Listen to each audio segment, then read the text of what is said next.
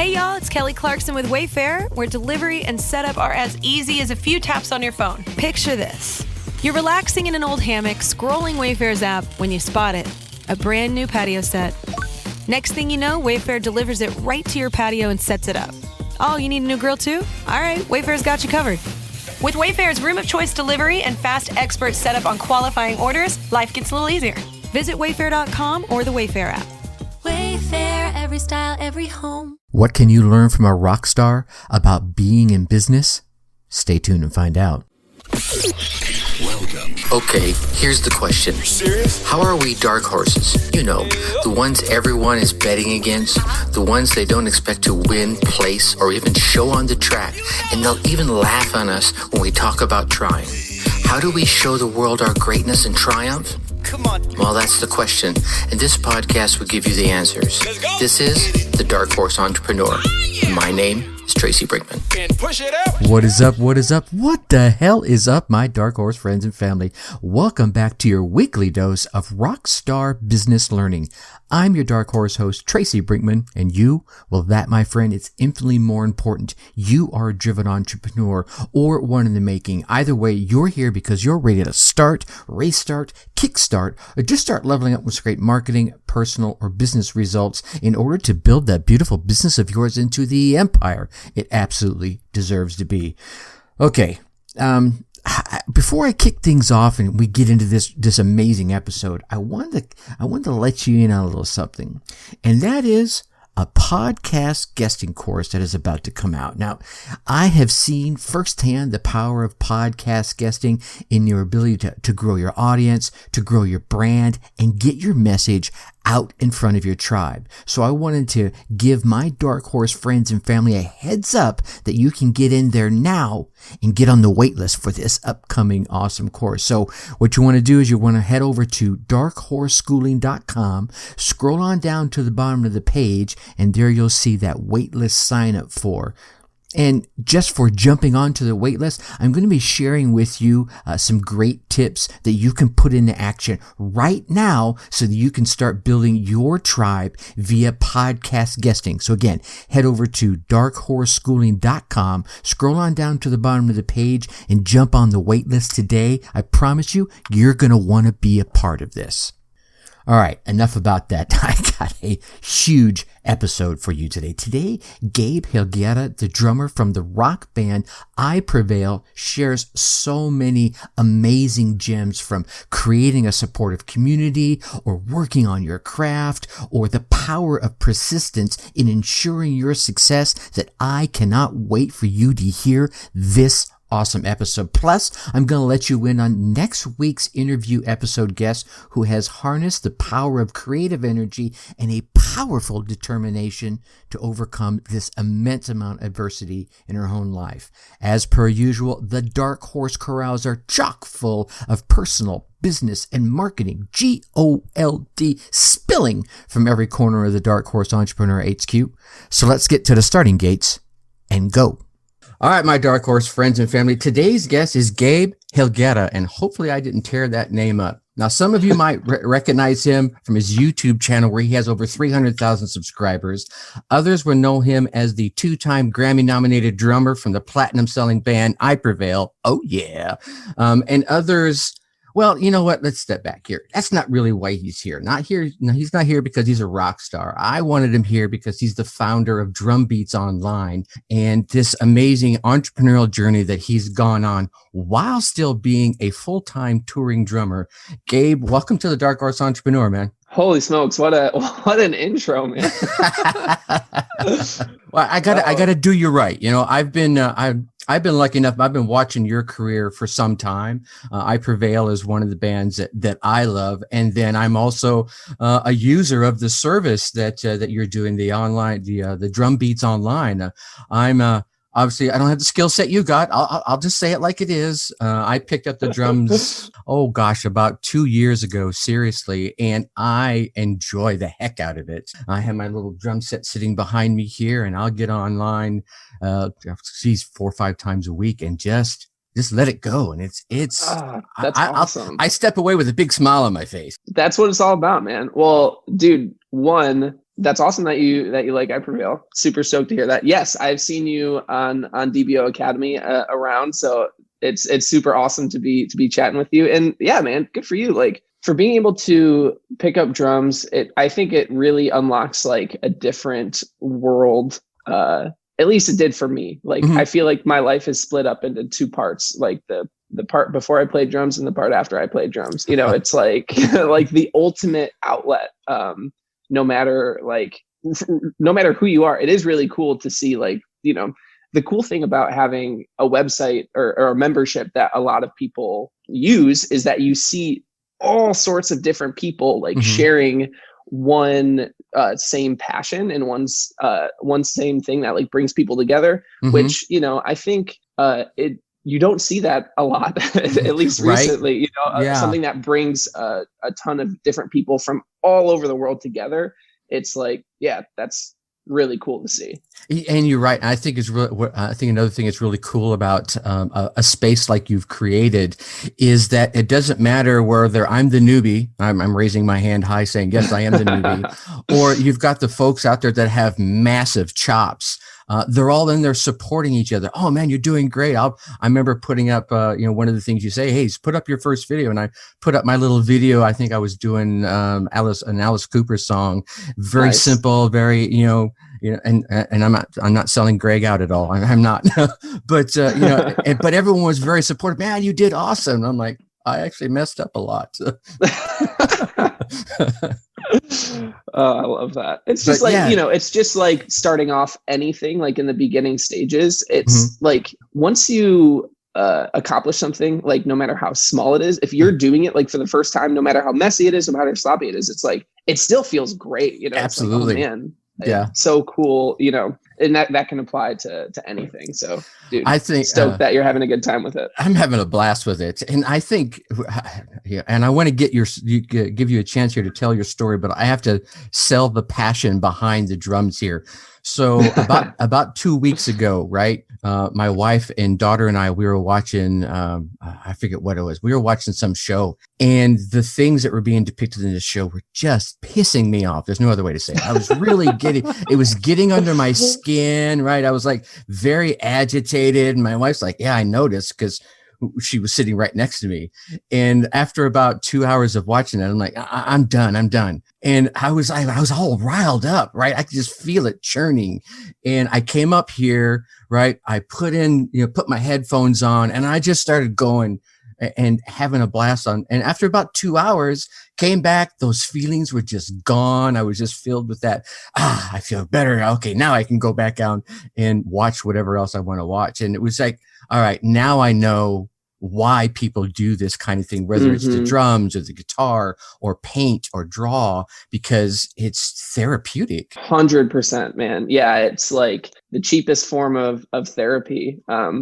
Like it, you know, obviously therapy is great in its own right too. Right. But there is really something, that's kind of why I say, like, there's like the time before drums and after drums, because like it is just such an outlet where like for whether I'm happy, whether I'm sad, whether I'm angry, like all of it is expressed like when I can hit some things really hard with two sticks, you know? Exactly.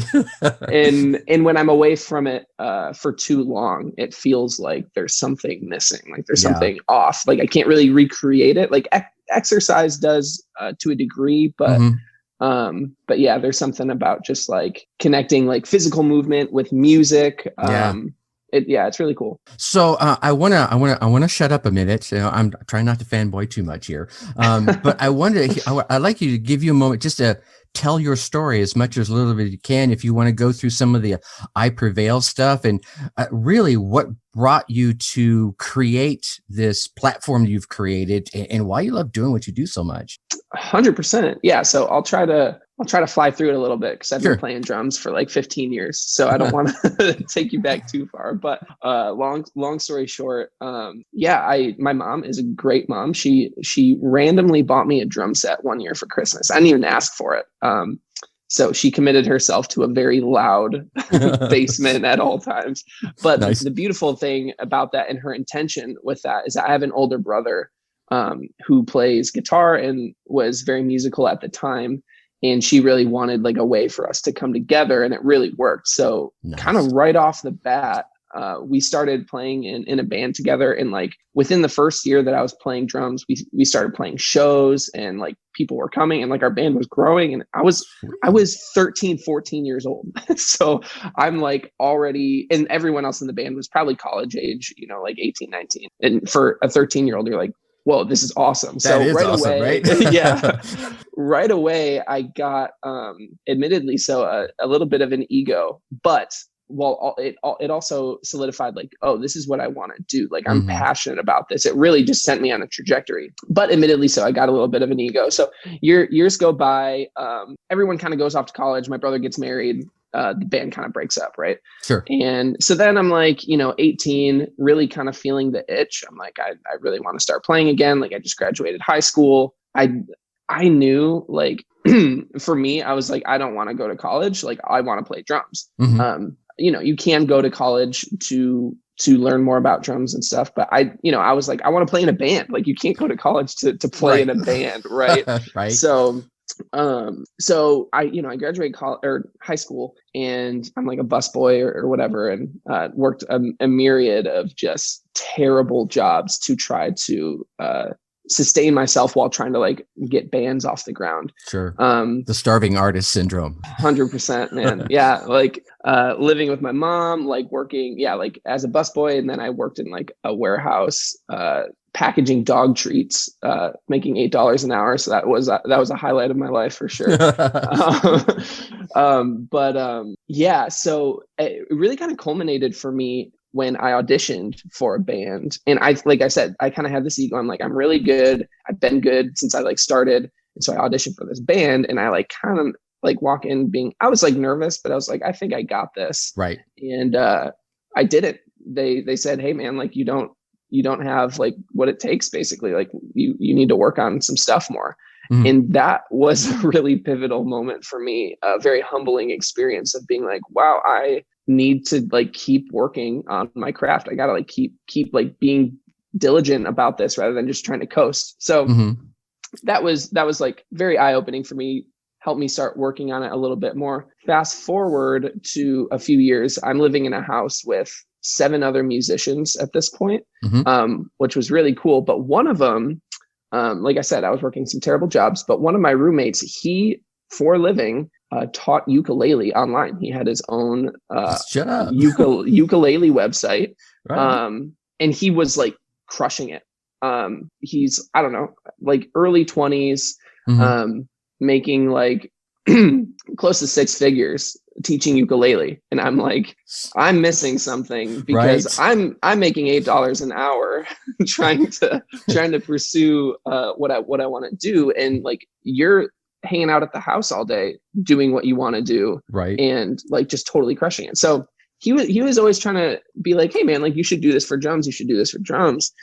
And at the time it wasn't a new idea by any means. For drumming, it wasn't. Right. I'm like, there's already people doing that. There's already YouTube channels. There's already websites. But after enough of a push, I was like, you know what? Like, none of the bands that I'm doing are working out. Like, I really got to a point where I was like, I realized that for me, it was very apparent that I wanted to be a drummer more than anyone else in the band, like wanted to do the band thing, Right. So I was like, gotcha. I want to create something that is fully reliant on me, where like, I don't have to be like let down by other people not doing their part, because for me, it was like life or death. It was like, if I can't do this, like I don't have any other options, Right. Like I said, I didn't go to college or anything like that. So yeah, I started Drum Beats Online. I like bought a domain name for like $5 and just started uploading some videos to YouTube. And it was a very slow rollout. Like I didn't even create like a course to sell up until like a year or 2 after doing it. And again, just very, very slow, very slow. And so, yeah, eventually fast forward from there a little bit, I started doing I started to experience what it feels like when you work a job, but also are trying to like do your side hustle, and right. You're ultimately wanting your side hustle to eat the job, so that you can make the leap. luckily, like I said, I didn't make a lot of money. So it wasn't a big bar that I had to hit before I could make that jump. So yeah, I was like teaching in-person lessons, gigging, and like doing drum beats online. And eventually I was able to do that full time. And again, I was like, I mean, I'm making like $16,000 a year in my early 20s. It's not like I'm crushing it, but for me, I was like, whoa, it gave me a taste of like, I can actually make this happen. I don't know how to scale it yet. That wasn't even like a word that I knew at the time. But in the midst of that, I got a call from one of the sound guys at one of the gigs that I used to play at. And he's like, hey, this band iPrevail, like they need a drummer. I recommended you because I love your playing. Like, would you be willing to like audition? And long story short, again, I auditioned. And this is where the flashback kind of happened for me, where I was like, okay, last time I did this big audition, like it didn't work out. So like, what am I going to do differently? And plus, like I wasn't used to playing this type of music either. So anyway, worked really hard, ended up getting the gig. And all the while, like I was still like pouring my heart and soul into drum beats online. And the two kind of just kept growing together, I guess. Nice.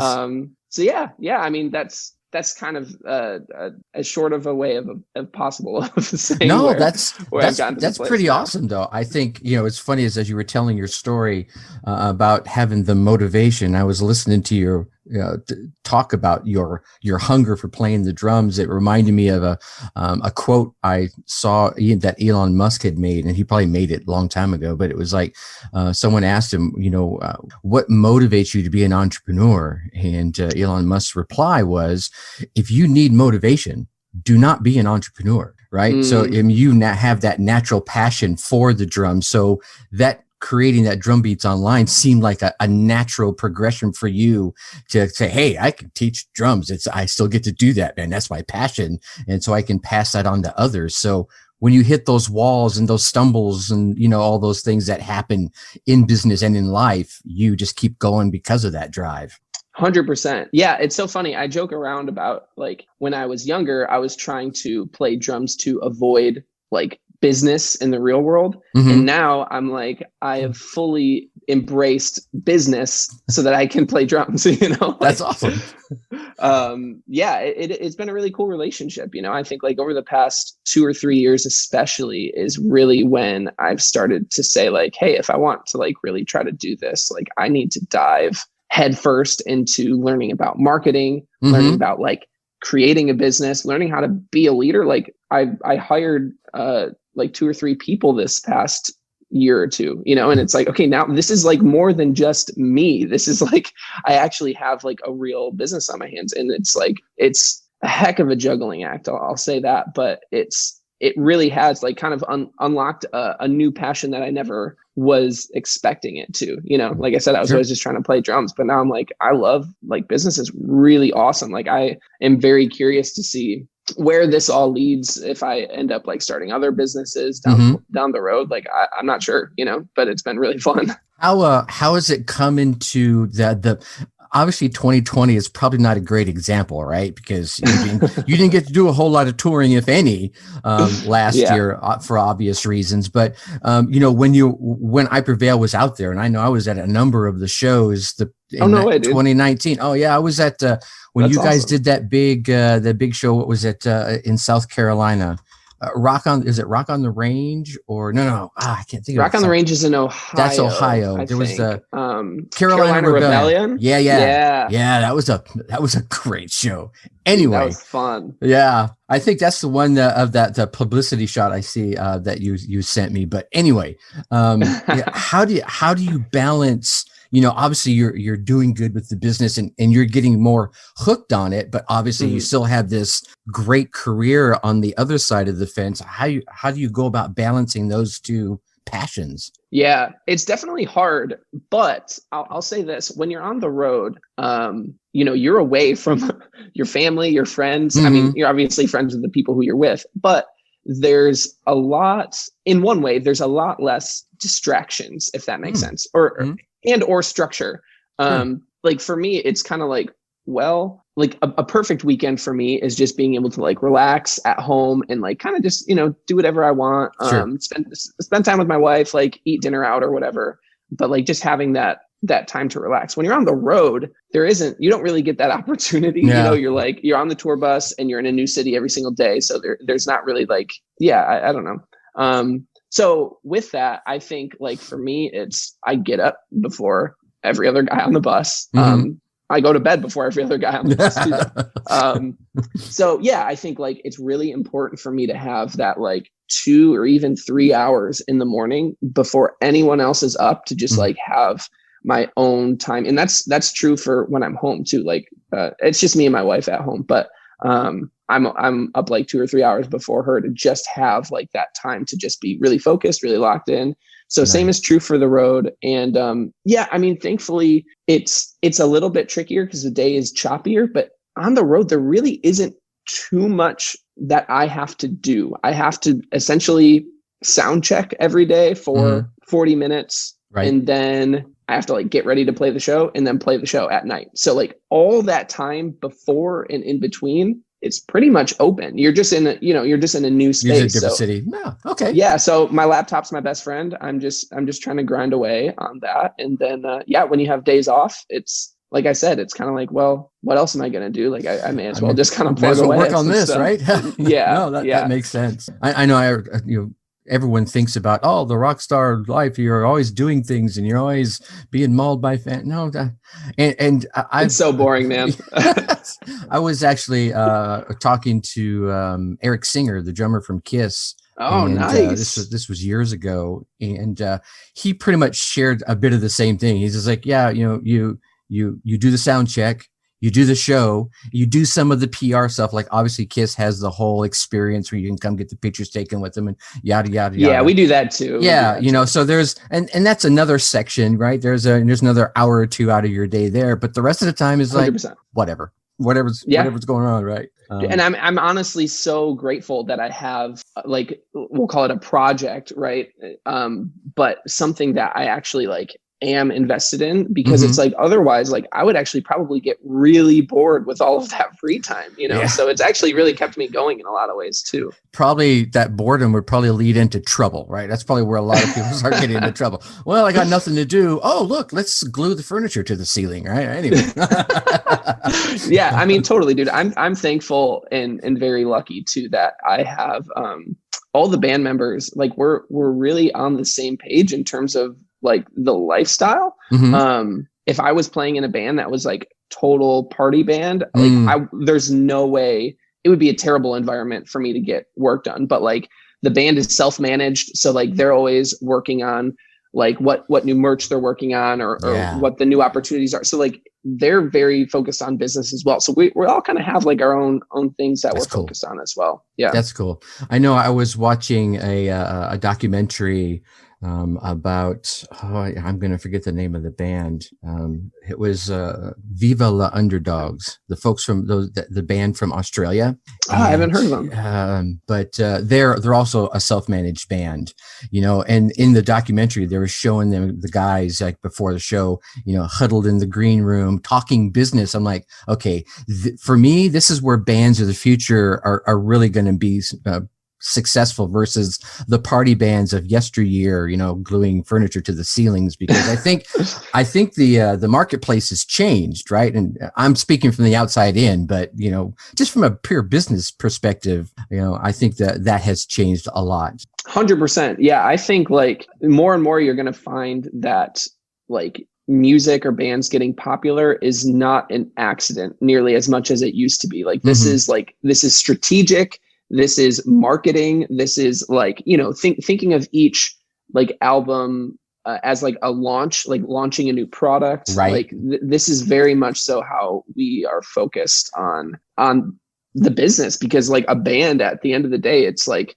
hey, like there is the total artistic thing where it's like, hey, we're just trying to express ourselves and like through music, which is awesome. Right. But it's a business, like not only for the people in the band, but like, we employ all the crew, the tour manager, the people who keep the whole thing running. Like if you can't focus on the business, or at least have someone who is helping you with that, like you're not going to have much momentum there. Not going to have a business very long. There it is. Exactly. Yeah. So looping back to your drum beats online. obviously you started it, and you actually mentioned it was slow, and then you're like, hey, I'm actually enjoying this. It's kind of cool. I started learning marketing and business. What did you find was the biggest struggle to really get it up off the ground so it could replace your $8 an hour job back then?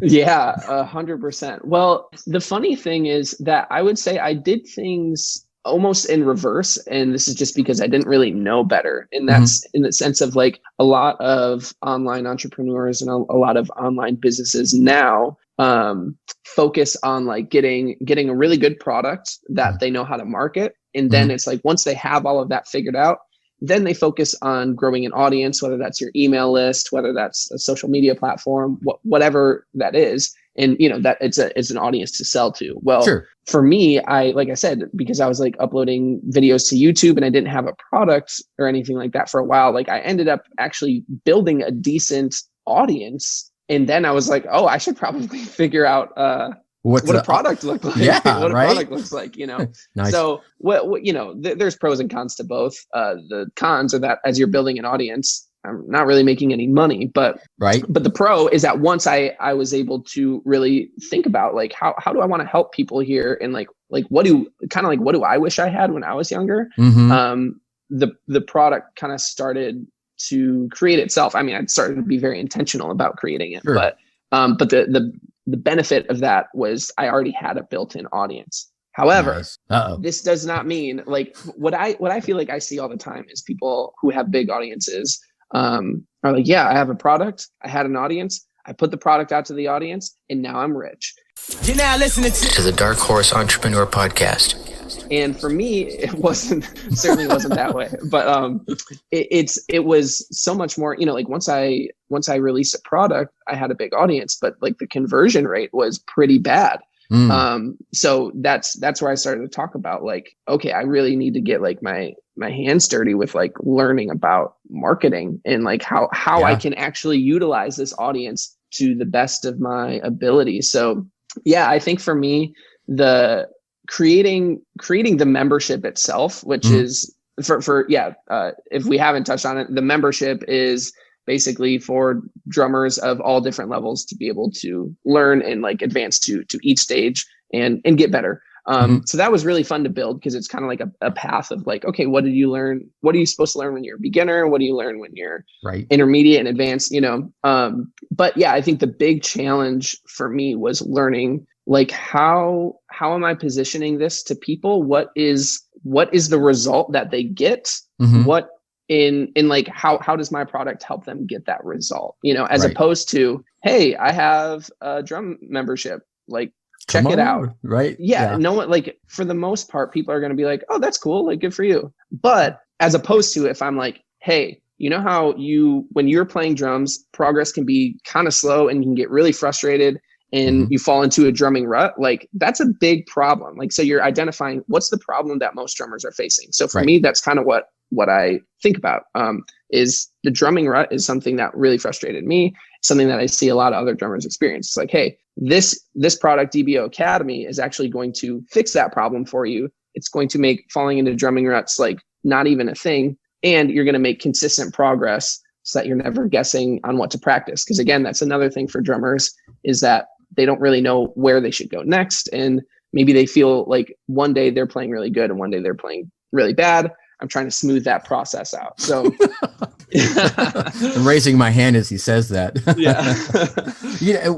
What's funny, one of the things that I noticed when I started using your particular membership, and I've used some of the other popular ones that are out there, right? We won't name any. Anyway, sure. But one of the things I noticed, it was like right out of the gate, it was probably week 2. Well, first off, let me step back. It allowed you to choose your journey, right? Where are you? Are you a beginner? Are you in the middle? Are you more advanced? Which is kind of cool. But then it starts saying, okay, well here, then it starts taking you through and I'm like, cool. I get this. This is all right. I don't need to go through the drum setup, but I watched it anyway, just to see if there was a different angle of it. Right.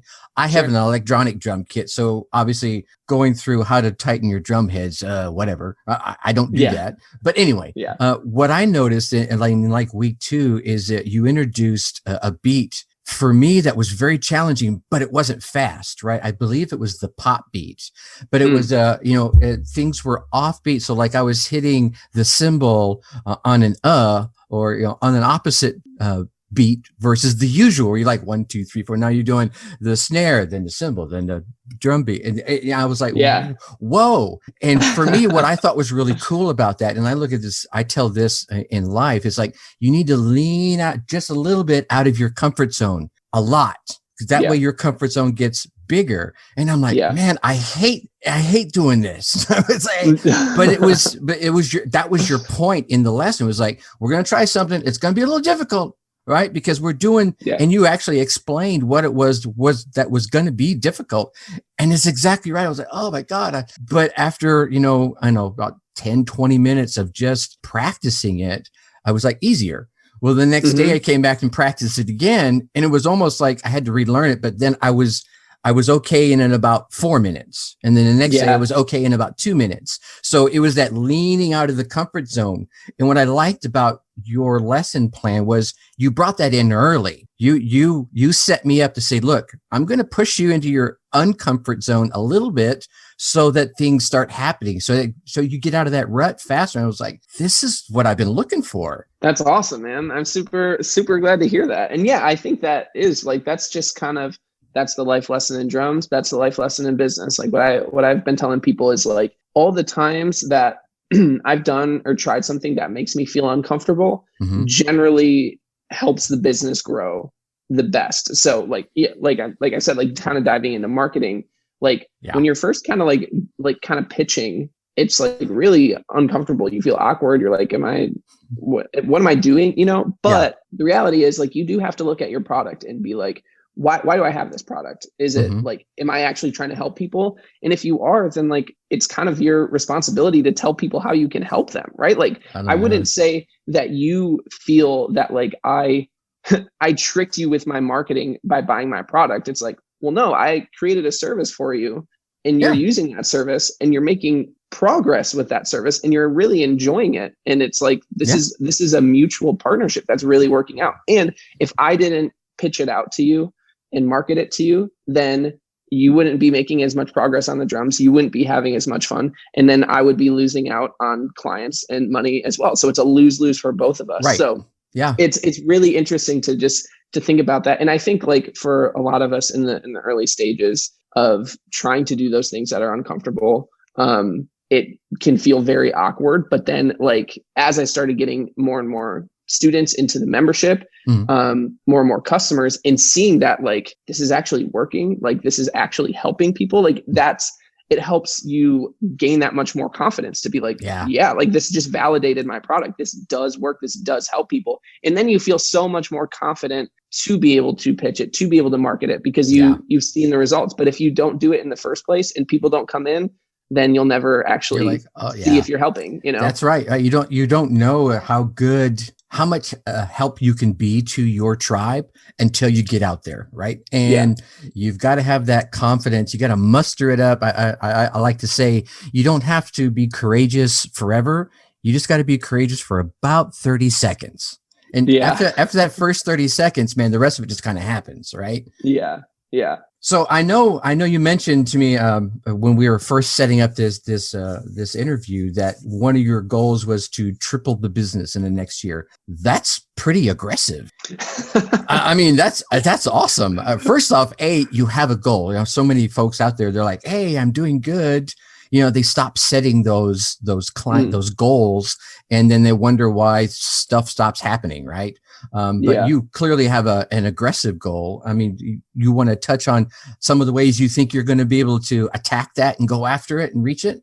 100%. Yeah. It's, I think I'm very goal oriented just as a person. Sure. Kind of like I said, like from a very young age, I'm like, I want to play drums. That's like the one thing I want to do, Right. I think this past year and a half has been a huge lesson for me in how far I can take things in my business if I really like set goals and like push myself outside of my comfort zone, like you said. Like, so I like to give a little bit of context. I like officially launched my membership as it is now about a year and a half ago. So at that point, I had like a version of a membership before that. And I kind of just merged it into the new membership, if that makes sense. So it does. At that point, I had about 100 members a year and a half ago, which was cool. Like I was really thankful for those people, but I was definitely staying really stagnant. Like as many people who were coming in were also leaving in every month. So like no growth at all. So once I started tweaking my marketing and setting more goals and trying to like just change the way that I operate the business, I was able to take those 100 members from where it was at that point to where we are now. It's probably around 1,500 or something like that. So we've over 10 times the business in the past. He says that in passing. Oh yeah, we're at 1,500 from 100. That's amazing, right? In a year and a half. Yeah. So really, really grateful. It's truly an amazing community. Like I absolutely love it. So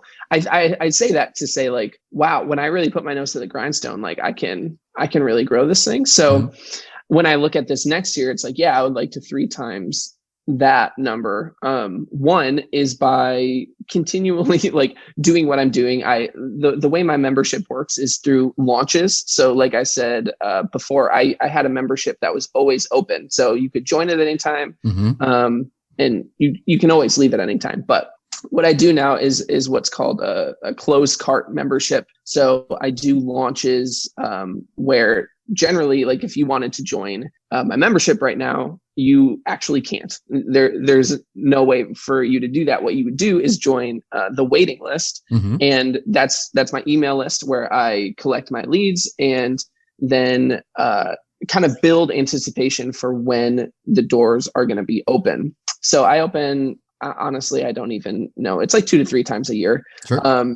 But this has actually been a huge key to the business growing. Surprisingly, it's counterintuitive. You're saying like by denying people access, like your business is growing. Like, how does that work? But I think it really vets out, like it creates urgency, which is very important if you're trying to sell anything.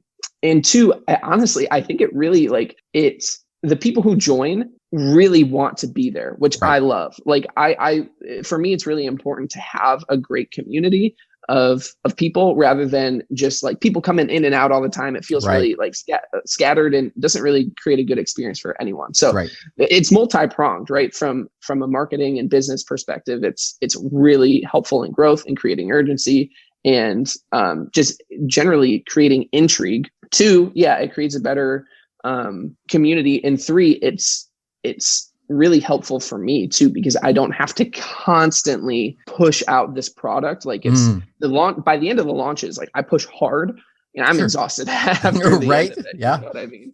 And anyone who's launched a product knows exactly what you're talking about. yeah, exactly. So having to do that all the time sounds like I don't want to do that. So I think continuing to do that and like with each launch, what's great about launches is each launch, I'll try to throw in a new little thing here or there. Like, hey, maybe this launch, like I'll do a giveaway to everyone who joins. Maybe they get a chance to win a drum set. Or, okay, now this launch, I'm not going to do a giveaway. Let's see how it affected things. Was it worth it? Was it not worth it? And trying different strategic things of like with this launch, I did like kind of a free public course to get everyone onto the wait list first. And like, that was really successful. Like for me, it's like the bigger the wait list, the bigger the launch. So it's been cool to kind of see that correlation. So I think to 3 times the business, 1, just doing bigger and bigger launches and continuing to just experiment. It's all like a big experiment for me, of Absolutely. Like, let's see if this works. Let's see if it doesn't, trying to throw new logs in the fire that way. I don't think that's how you use that expression, but that's how I use it. I knew what you meant. Yeah, thank you.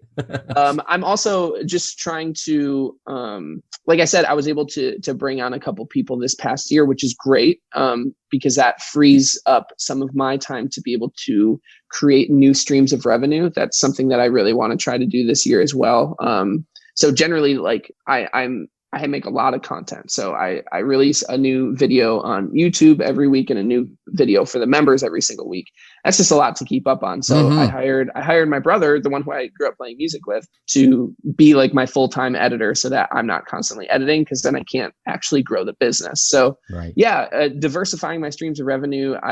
Right now I'm looking at creating like a personal coaching program for people who kind of want to it's a high ticket offer for sure. Like it would be a very limited number of people. Like if I brought on 5 to 10 people paying X amount of dollars, I mean, maybe like 1,000 or 2,000 like a month to actually get like full coaching from me and help them achieve the specific goals that they want to achieve. So that's something, like I said, that makes me really uncomfortable right now to think about that idea.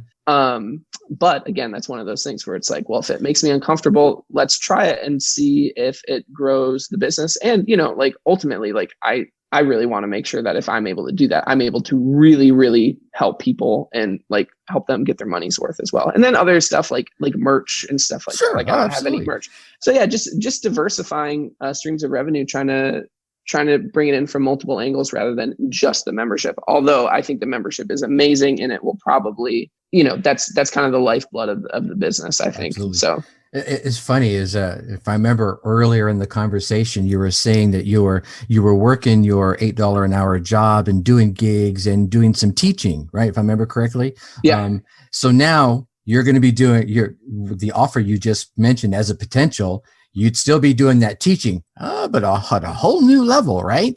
And that's one of the things I try to share with a lot of the new entrepreneurs that I engage with. A lot of them that are doing those one-on-one consulting sessions, that the teaching you did before, they're trading those hours for dollars. Well, there's a ceiling on that. You only got 24 hours, and dang it, you got to sleep a few of them, right? So now that you have this community of we'll call it the standardized lessons, your videos. Now you can take that one-on-one opportunity and offer it at a whole new level, because you're really helping people at a whole new level at that point. And that comes with a premium price tag. And that's business 101 right there. That's just great opportunities. And there's a lot of folks that need to hear that, because it's a business model that I think it's overlooked way too much. Yeah, I totally agree. And I mean, like I said, I'm still in this process right now, so I'm trying to figure out what that looks like. And I think like it's scary. Like I don't want to like offend people or turn them off, but I genuinely want to offer them something that would be worth, if they're in the position to do it. Sure.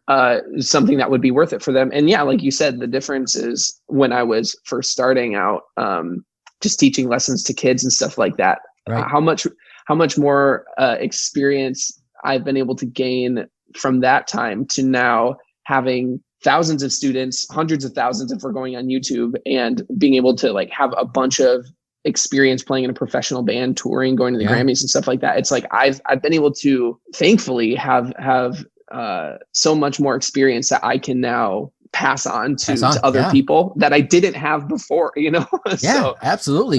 And here's a question for you. So when it comes to your drumming, would you say there's a completely different, I don't want to say teaching method, but a way of teaching someone who's just starting, or someone that's going to do session drumming versus someone that wants to be in a band?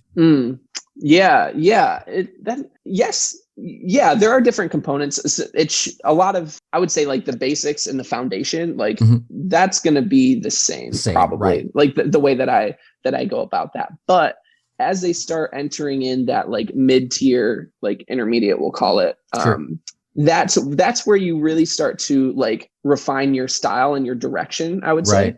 So yeah, if you're trying to be in a band, like I'm going to start helping you focus on what does it actually look like when you are playing drums? Like if you're going to be performing on stage in front of people, like honestly, I will say, like for me, being able to like turn on performance mode has probably gotten me so many more gigs, because people look at me playing a show and they say, holy crap, like that drummer is killing it.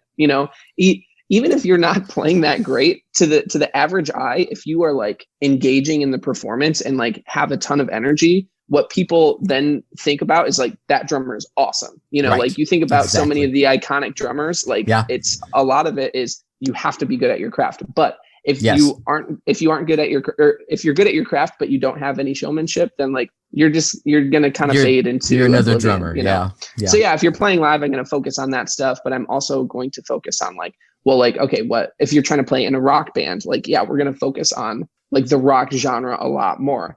If Right. you are in the other camp, if you're trying to be a session player, I'm going to focus a lot more on versatility, because if you're going to be recording, you don't want to be limited to be like, yeah, I only record rock. Like now all of a sudden your clients are much smaller. Yeah. Now you do have to have like your lane, right? Like for me, I'm never going to do a session for a jazz band because like I just don't play jazz. I'm too far behind to add that in, but right it's like, you know, having like a lot of things that share common threads, like rock. So then you could go to metal, but then rock could also go to pop, and then that could go to indie pop, and then rock could go to punk. And then, you know what I mean? Like there's all of those share common threads. So I'm going to focus on versatility, but also versatility in how you hit your drums, which is what we call dynamics in drumming. That's basically just how loud or how soft you hit your drums. In a recording situation, that's really important, because like every little note is being recorded, and like the producer is always going to want it to be a specific way. So that's going to be ultimate versatility for the session guy. And for the live guy, it's really going to be like honing in on like the thing that you do well and like executing it perfectly. So yeah. That was awesome. So, have you ever? This is just because of the name of the show, which is the Dark Horse Entrepreneur, and for me, dark horses, they're like underdogs, right? You know, a lot of folks are like, yeah, he's never gonna amount to anything, but inside that dark horse is like, man, I'm gonna do this. Like you at 13, I want to be a drummer. Right. Yeah. Have you ever felt like that underdog? Oh, dude. Well, first of all, I love that because as soon as you said that, I'm like, oh man, I so relate to that. That was my experience growing up. Like, I mean, basically up until the point where I started growing drum beats online or started playing with iPrevail. It was always like, okay, Gabe, like, it's cute that you want to play drums, that you want to do this thing. But like, you know, I think from everyone, it was like, we got to get your grades up. I did terrible in school, by the way. It's like, when are you going to get serious about this? Like, you're not going to be able to go to college. And I'm like, well, I'm not going to college. But then, you know, that was a whole thing, tension with like my parents, like, you should really go to college. And I do not blame them for a second. Like, I totally get that. They want what's best for me. But, you know, and I think like, man, when, like, I remember meeting like my wife now, but my when she was my girlfriend, when we were younger, her family like works with like a lot of like higher up people. So like I'd have to go to these like fancy little things and meet people, and they're like, what do you do? And I'm like, I want to be a drummer. And they're like, you can tell like they're like these like millionaire people who are like, this like, kid is exactly. It's like, when are you gonna break up with this guy? Like, what a loser, you know? Right.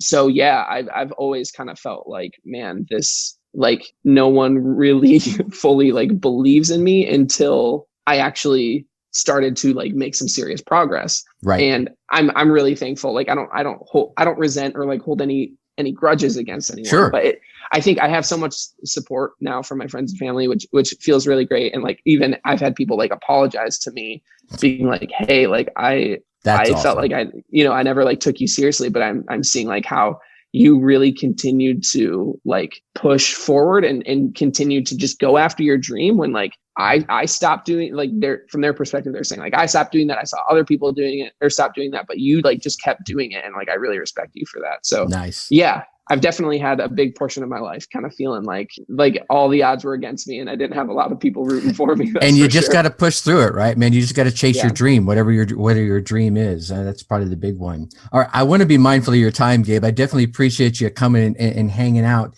Any final words of wisdom you'd like to leave the audience? Oh man, you know, I think kind of just like what I said, or what I was just alluding to, you know, I think like if you were to ask me like, what's the key to, I don't want to use the word success, but I'm going to, like, what's the key to your success or to be able to make all this happen? And I think for me, like, the biggest thing that I've learned is like persistence is just probably the most important tool you have in your toolkit. If you can have a vision, if you can be singularly focused on one thing and you continue to persist at it and continue to learn and grow along the way and experiment and try new things, like I don't know that there's a lot that can stop you or get in your way from that.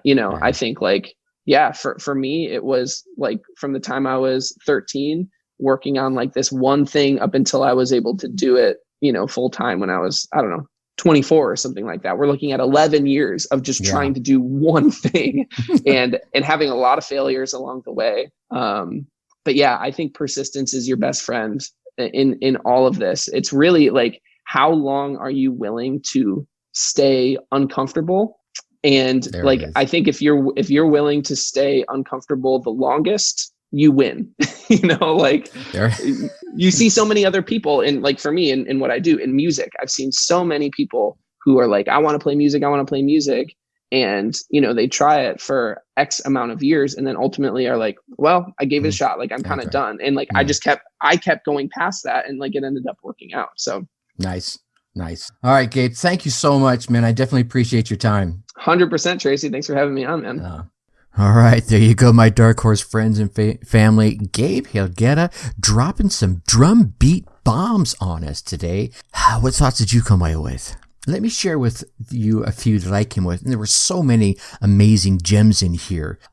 The first one, thought number one, create a supportive community. See, Gabe has created his own awesome community with Drum Beats Online, where people of all skill levels can come together and share and support one another in their journey to improve their skill set, which in this case is all about playing the drums. I think we as people, let alone as entrepreneurs, we want a safe space that we can step into and we can show our superpower, right? Our skills. Even if those superpowers and those skills are still in that messy hatchling stage. Now, I was lucky enough to find this space with Drum Beats Online for my drumming and other safe spaces for other areas that I am passionate about. Have you? Are you looking?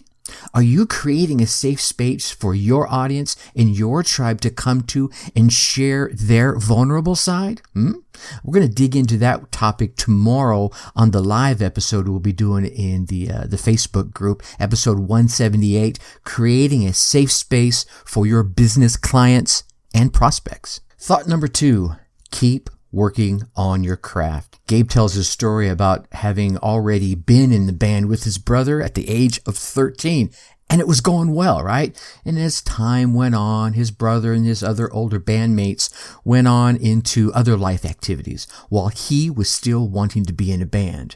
So fast forward to after high school, he's working as a busboy and packaging dog treats. I'm not sure if there's any alignment there, but I didn't dig into that area, right? Hopefully he wasn't, taking busboy products and packaging them into dog treats. Anyway, I digress. Later on, he comes to this opportunity to join a band. He strolls in there confident in his skill sets and bam, he's turned away. See, they tell him that he needs to keep working on his craft. He was cruising. He was resting on his laurels. I think this is a huge lesson for so many of us, and not just business, but in life skills as well. The whole world in business and in life is like this fluid, ever-flowing creek or river, right? Where that canoe that is taking you to the creek bank that you're currently residing on will probably not get you to the other side of the river that you are seeking to cross. No. See, here's the thing. If you're seeking to take your business, your life, or your relationships to the next level, in this case it was music, you're gonna have to keep working on your craft. We're going to go dig a bit deeper into this in episode 179. Do not just hone your skills, improve them. Thought number 3, surround yourself with those that believe in the same lifestyle. See, Gabe is thankful that all the members of his band, iPrevail, are aligned with the lifestyle that they want for and from the band. See, this is not 4 guys on the hunt for sex, drugs, and rock and roll. This is a self-managed band. They're working on things like merchandising, what's the new opportunity that's out there for this business called iPrevail. Looking at their albums, you could say like product launches. Actually, Gabe actually mentioned that. They look at their albums like product launches. And it's this mentality and this like-minded group of folks that I think makes it even more possible for Gabe to leverage his downtime while he's on tour to grow his Drum Beats online business. So here's the question. Are you surrounding yourself with like-minded folks that will support you in your journey, whether it's personal development, whether it's spiritual or entrepreneurial? Are those in your inner circle a part of your Who Want To crew or your Can't Do crew? All right, we're going to go chat about this on Thursday live in the Facebook group on the podcast, episode 180. Who are your co-pilots? Are they your Who Want To crew or your Can't Do crew? And thought number 4, start building your audience now. Gabe shared about how he took his entrepreneurial journey, he called it in reverse. He built an audience before he ever had anything to sell them. He was out there uploading videos to YouTube, sharing great content that drew people to him long before he had anything he was trying to sell. This allowed him to pause and think about what he wanted to bring to his audience, asking himself that all-important question, what do I wish I had when I was younger? And the product began to create itself, and Drum Beats Online was born. Are you building your audience right now, today? Not tomorrow, not a week from now. We're going to chat more about the pros and cons that even Gabe mentioned. We're going to go a little deeper in there in episode 181. Which comes first, the audience or the product? And we're going to dig a bit in about why it is your responsibility, like Gabe mentioned, to tell them how you can help them and how you need to follow, how important it is for you to follow that up by teaching them, by actually doing, the help you promised you would do. You're out there to help them, right? That's why they're resonating with you. That's why they're coming to you. So you need to get out there and help them. All right. What inspiring ideas or thoughts resonated with you with today's episode? Whatever they were, take some time today and write them down and then put them into action. You get out there, you run your race, you get your results, and let me hear about them. Seriously, you can email me at tracy@darkhorseschooling.com and share the tips and the ideas that you came away with, how you put them into action, and what results you gain from them. Heck, I'll probably even bring you on the podcast and let you share your story. In the meantime, on next week's interview episode, we're going to have Vera Lee Curnow. Now, Vera says she's just an ordinary woman, and yet she has she has harnessed this power of creative energy and this powerful determination to overcome immense adversity in her own life, including several disabilities, some that even took away her voice. Serious? I'm just no joke. Literally took away her voice. A chronic illness, multiple near-death experiences, and surviving domestic violence, including, sadly, sexual assault. You are definitely going to hear Vera's amazing and inspiring story. Now, I know you want to keep getting on these valuable tips and these amazing stories. I'm lucky enough to be able to bring you on this podcast. So please go on down there, hit that subscribe button. While you're there, please leave us a 5-star rating and some kind words in the reviews. These subscribes, rating, and reviews give us a little bit of a boost in the podcast rankings so that we can reach more entrepreneurs just like yourself. And of course, do not keep all this entrepreneurial GOLD all to yourself. Share this podcast with other entrepreneurs and business owners you know will get value from it. With that, I'm going to leave you as I always do. Think successfully and take action. Thank you for listening to the Dark Horse Entrepreneur Podcast. You know this! Thanks for tuning in. Check us out at www.darkhorseschooling.com. All right. My name is Tracy Brinkman.